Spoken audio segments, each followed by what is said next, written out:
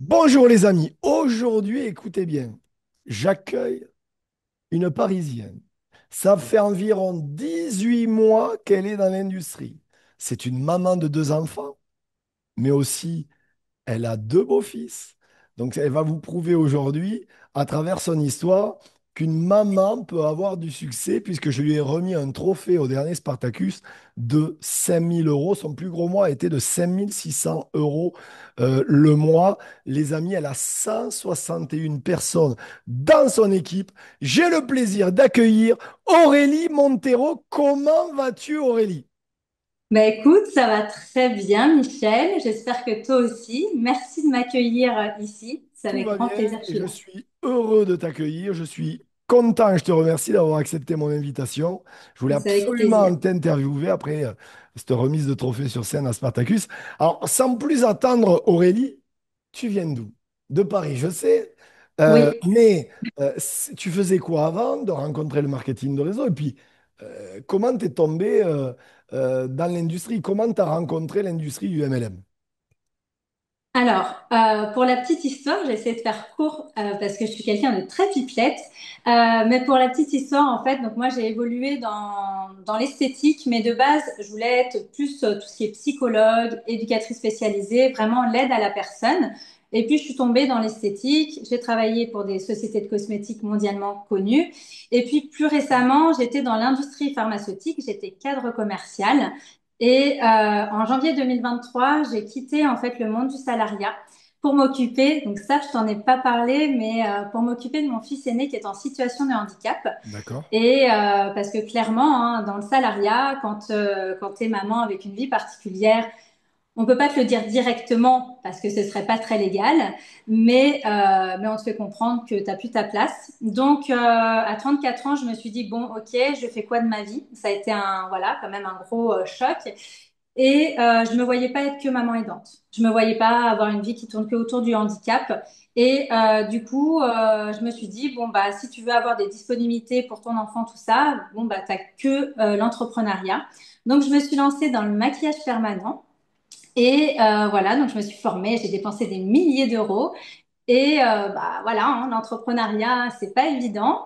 J'ai eu plein de chutes, voilà, je me suis relevée, bon, ok. Et puis, je devais avoir un local en octobre 2023. Je devais avoir mon local pour pouvoir pratiquer. Et en fait, ça ne s'est pas fait car la propriétaire de l'immeuble est décédée et les enfants n'ont pas souhaité mettre en location. Et là, j'ai ma bonne étoile qui est arrivée. C'est pour ça que je dis des fois aussi à mon équipe, aux personnes, que des fois, il y a des choses qui n'arrivent pas pour la bonne raison. J'ai ma bonne étoile qui m'a guidée jusqu'à Alice sur les réseaux sociaux. Et en fait, c'est comme ça que j'ai découvert en fait le marketing de réseau. Et au départ, j'avais peur. Je me suis dit, Aurélie, c'est pas bien quand tu as un objectif, tu es sur ton... Voilà, il faut pas s'éparpiller, etc. Mais je sais pas, j'avais une petite voix à l'intérieur de moi et pourtant, j'étais pas soutenue par mon mari. Mon mari, clairement, il m'a dit non, reste dans tes sourcils. Mais j'avais une petite voix qui me disait, Aurélie, si toute ta vie t'as peur, parce que j'avais de base un manque de confiance en moi, etc., machin, et je me suis dit, si toute ta vie tu as peur et tu te laisses guider par ta peur, bah t'avanceras jamais. Bien Et sûr. là, j'étais vraiment dans un état d'esprit par rapport à tout ce que j'avais vécu avec mon fils. Vous savez, très compliqué. Je vivais encore à ce moment-là une période très compliquée avec mon fils, que je me suis dit, allez, vas-y, lance-toi et essaie et tu verras bien. Au pire, voilà, pour se lancer dans notre activité, c'est 120 euros. Je me suis dit, tu vas pas te ruiner, tu vas pas perdre ta voiture, tu vas pas perdre ta maison. Et voilà. Et c'est comme ça que je me suis lancée dans l'activité. C'est incroyable. Alors, c'est marrant parce que, tu vois, en fait, toi, tu étais comme moi, tu étais déjà entrepreneuse avant de rencontrer l'industrie du marketing de Alors, réseau. jeune entrepreneuse, hein, par rapport à Jeune toi. entrepreneuse, mais entrepreneuse quand même. Et alors que la majorité du temps, on est vraiment, c'est des salariés qui rencontrent, qui switchent direct sur le marketing de réseau. Comment tu fonctionnes? C'est quoi une journée type pour toi? Parce que ben, tu parles que tu as un enfant qui a un handicap, donc tu as plusieurs enfants, tu t'occupes de la famille, mais à la fois tu t'occupes de ton business. C'est quoi une journée type d'Aurélie? Est-ce que toi, tu es plus, tu planifies tout, tout est cadré, tout est planifié, ou est-ce que c'est du feeling, ou est-ce que c'est un mix des deux? Comment tu fonctionnes? Alors, j'aimerais être carré, organisé, parce que je suis sûre que je gagnerai en efficacité. Et ça, c'est vraiment mon challenge, tu vois, sur 2025. Ça a été mon premier challenge, c'était vraiment l'organisation, gagner en organisation. Parce qu'effectivement, moi, je suis quelqu'un de d'intuitive, en fait, qui fait beaucoup au feeling, etc. Après, j'ai mes points forts et j'ai mes points faibles. Mes points faibles, c'est tout ce qui est réseaux sociaux, etc. Moi, je suis beaucoup dans l'humain, dans le contact, en fait, avec les personnes. Et c'est vrai que les réseaux sociaux, j'ai plus de mal. Donc ça, c'est des axes de Mm. progression et c'est OK, en fait. Mais pour répondre à ta question, en fait, j'ai pas de... Enfin, si j'ai des journées qui, du coup, se rythment avec l'accompagnement de mes partenaires, finalement, plus l'accompagnement de mon fils, ses rendez-vous aussi. Et puis après, en fait, tous les dimanches, je fais mon planning de la semaine. Après, mon planning, il n'est pas parfaitement réglé, Oui, oui, bien mais sûr. j'essaie quand même d'avoir une semaine plus ou moins. Tu Donc, tu essaies vois, de je suis entre planifier deux. quand même la semaine qui vient et C'est ça, ensuite tu t'adaptes par rapport aux aléas exactement. de la vie de maman et voilà, et ça je comprends tout à fait. C'est bien parce C'est qu'il y ça. en a, ils vivent au jour le jour, au moins toi c'est planifié sur la semaine. Euh, je suppose que la Aurélie d'il y a un an et demi, elle a évolué, positivement bien sûr. Euh, je sais que tu te formes beaucoup, les événements de ta compagnie, bien entendu Spartacus. Est-ce que tu te développes aussi personnellement? Je veux dire, tu lis des bouquins, tu écoutes des podcasts, des biopics, des histoires à succès. Est-ce que tu es plus audio ou livre? Et si tu aurais trois titres à nous partager? Alors, ce qu'il faut savoir sur le développement personnel, c'est que quand j'ai démarré dans l'aventure, souvent, quand je suis allée à tous les événements. Moi, depuis que j'ai démarré, j'ai pas attendu d'avoir, voilà, de gagner cinq Ouais, mille euros par mois, etc.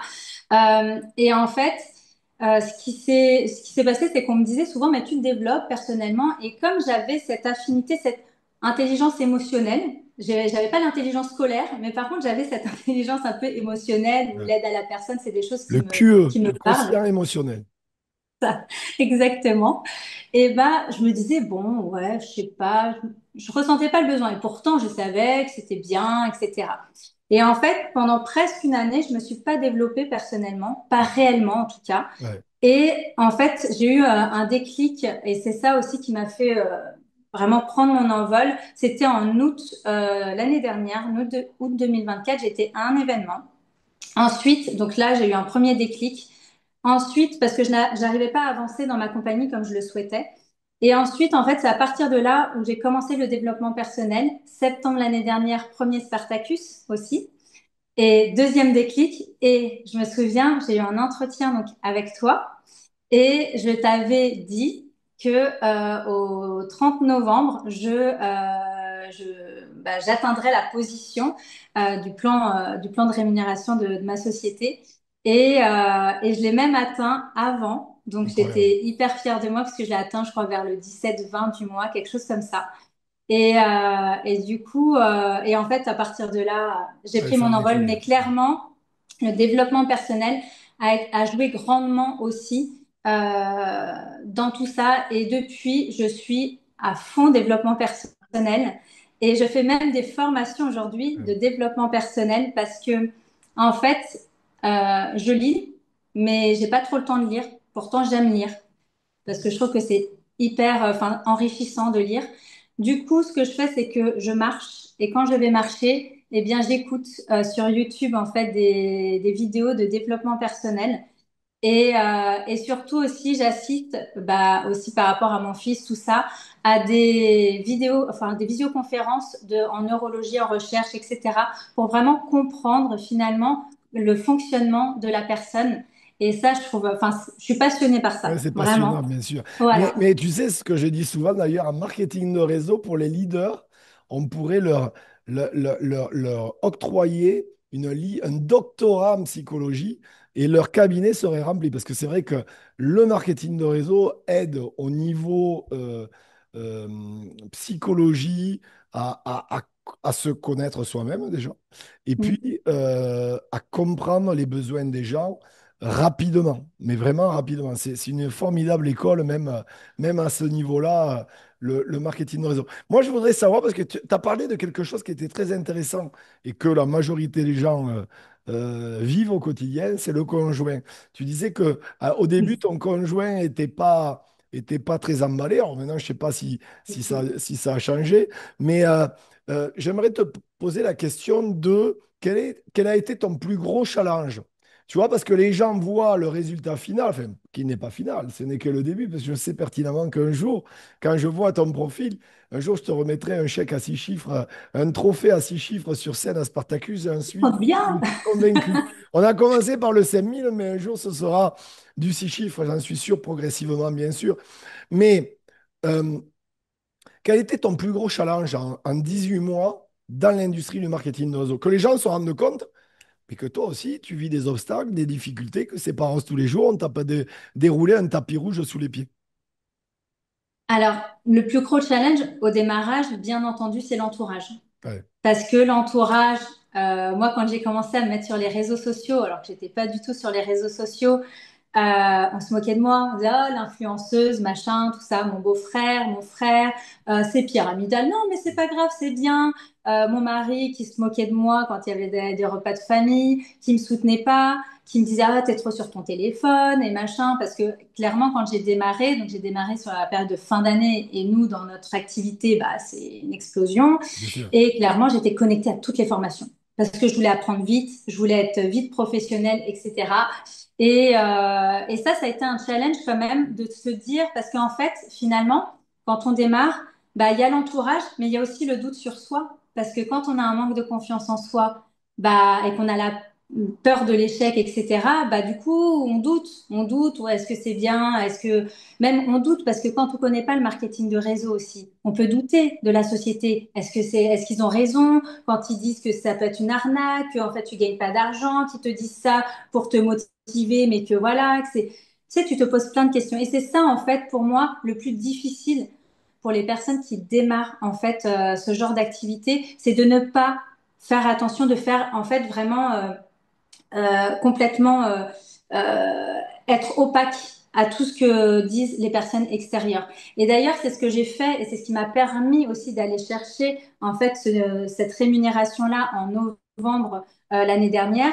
C'est que je me suis dit là, Aurélie, t'as pas le choix. Pourquoi? Parce que si tu n'arrives pas à te sortir un minimum temps, tu vas devoir retourner travailler. Et qui est-ce qui va s'occuper de ton fils? Et ça Oui, a été mon oui, moteur. bien sûr. Et je me suis dit, c'est fini les sorties. Moi, je voyais que mon objectif, que mon objectif, que mon objectif.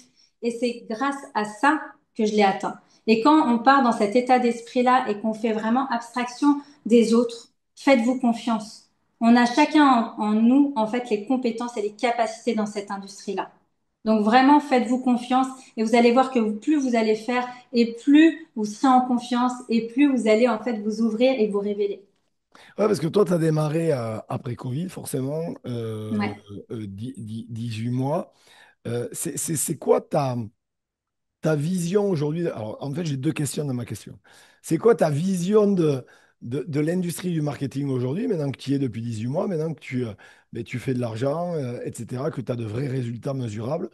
Et ma deuxième question dans la question, c'est quoi pour toi la place de la femme dans l'industrie? Parce que je suppose que c'est majoritairement des femmes que tu as dans ton équipe. L'industrie, ça représente à peu près 76-78% de femmes. Ça a tendance d'ailleurs à augmenter. Voilà, en fait, ces deux questions que... Et en plus, tu es mère. C'est ça qui est intéressant parce qu'il y a tellement de femmes, justement, tu parlais de confiance en soi, qui se disent non, je peux pas, j'ai des enfants. Elles se donnent pas euh, elles se donnent pas, en fait, l'autorisation de le faire parce qu'elles se disent j'ai des enfants, je ne pourrais pas le faire. Si tu avais des choses à leur dire. Ah bah aux mamans pour commencer par là, les mamans en fait, il faut que ce soit justement le moteur en fait, votre moteur, vos enfants. Moi, ça a été mon moteur par rapport à mon fils, au handicap de mon fils, mais aussi même mon mari. Même mon mari, je me disais, ok, bah, je vais lui montrer. Je vais lui montrer en fait que ça fonctionne. Je vais lui montrer de quoi je suis capable. Et même si j'avais cette petite voix qui disait, mais imagine en fait, il n'y arrive pas. Bien sûr que j'avais cette petite voix-là, mais j'ai dépassé cette petite Mm. voix-là.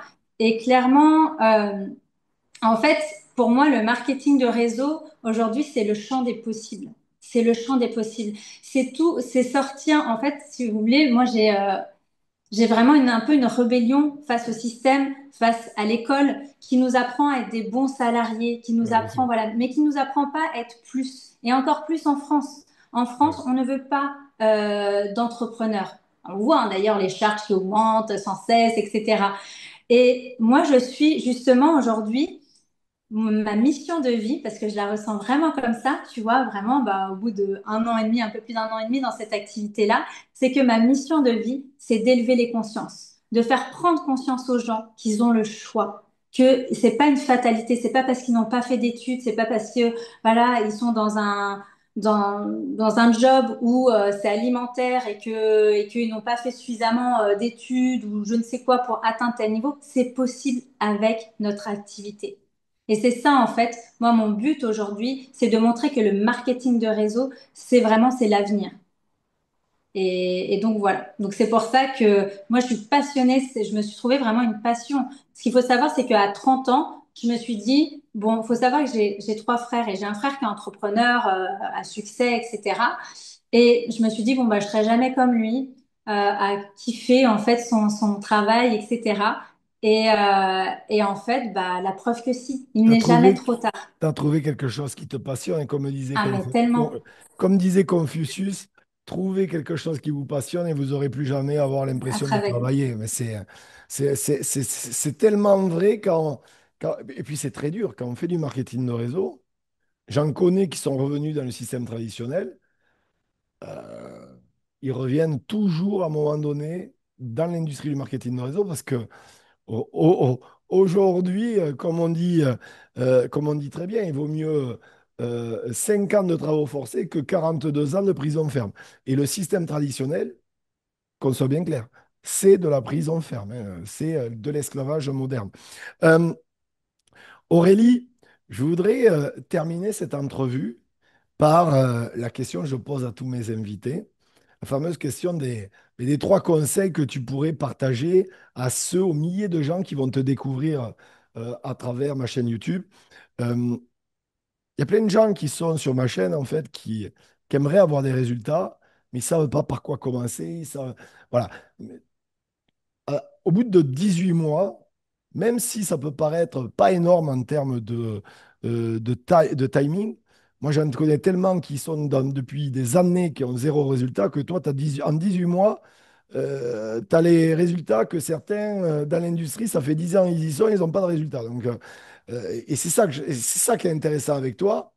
Quels seraient les trois conseils même s'il y en a des centaines que tu pourrais partager, que tu aimerais transmettre là, dont tu sais pertinemment que s'ils le mettent en application tous les jours, tous les jours, tous les jours, tous les jours, tous les jours sur le terrain, il y aura un effet cumulé qui va leur permettre d'enfin avoir les résultats qu'ils n'ont pas actuellement. Alors, j'en ai plein des conseils. Ouais, je sais bien. Alors déjà, franchement, quelque chose d'important et on n'en parle pas assez, la gestion des émotions. OK. Savoir gérer les émotions, ça on n'en parle pas souvent, mais je vous assure, moi j'ai appris, alors pas avec le MLM, mais à travers le handicap de mon fils, à devoir batailler contre moi-même et contre mon cerveau et contre mes émotions pour ne pas sombrer dans la dépression. Parce que ce qu'il faut savoir, c'est que j'ai fait une dépression il y a plusieurs années de ça, et je ne voulais pas retomber là-dedans, je voulais pas retomber dans les médicaments, les antidépresseurs, parce que mon fils avait besoin de moi et que j'avais mon autre petit garçon qui venait de naître. Et je vous assure que ça m'a appris à gérer mes émotions, dédramatiser les choses, euh, ne pas se prendre la tête. Moi, je vois déjà, des fois, il y a des personnes pour le moindre petit grain de sable, oh, ils en font toute une montagne. C'est vrai. Relativiser. Ça, c'est vraiment déjà, apprenez à relativiser les choses et voyez que le positif. On avance. Dans chaque échec, dans chaque chose qui vous font tomber, il y a toujours du positif. Vous avez passé une mauvaise journée, c'est ok, c'est une mauvaise journée, mais derrière, ça va vous pouvez toujours en tirer du positif. Donc, c'est vraiment déjà aller chercher toujours du positif, même dans une situation qui est négative. Vous avez eu du non, ça n'a pas marché, on vous a fait un truc à l'envers. Ok, bah, ça t'apprend quoi? Ça t'apprend l'expérience, ça t'apprend de ne pas recommencer. Il y a du positif. Donc, ça, c'est la première des choses. La deuxième, c'est la persévérance. Vraiment, soyez persévérants, soyez disciplinés. C'est pas facile. C'est des choses qui sont pas faciles, mais vraiment, euh, j'ai tellement de choses, j'aurais tellement de choses de conseils. Professionnalisez-vous aussi. Ça, c'est important parce que c'est un vrai métier. Ce que l'on Ouais, fait aujourd'hui, c'est un vrai métier. ça, tu as raison, parce qu'il y a tellement d'amateurs qui pensent qu'ils font bien alors qu'ils font tout mal. Et le problème de la duplication avec l'amateurisme, c'est que comme le dit Aurélie, voilà, le problème, c'est ça, c'est que il faut se professionnaliser parce que sinon, vous allez transmettre la mauvaise direction à prendre à vos partenaires d'affaires et après, vous allez vous étonner que les gens abandonnent. Ouais, ça donnera rien. Donc Mm. ça passe par vous. Lead by example. Ça, c'est ultra important. On n'est pas là, vous n'êtes pas des patrons. Vous êtes votre propre patron, c'est déjà très bien, c'est déjà suffisant. Mais vous n'êtes pas là en fait pour dire bon bah il faut que tu fasses ci, il faut que tu fasses ça. Si toi-même tu ne le fais pas, ça ne fonctionnera pas. Ça ne fonctionnera pas. Il faut que vous fassiez pour montrer l'exemple. Et ça, c'est ultra important. Et je pourrais vous dire tellement de choses, mais notre métier, il est extraordinaire, mais si vous saisissez vraiment l'opportunité, réellement, si vous le prenez vraiment au sérieux. Euh, et dernière chose, c'est vraiment, même si c'est difficile, vous êtes chef d'entreprise, vous êtes indépendant quand vous démarrez cette activité, d'accord?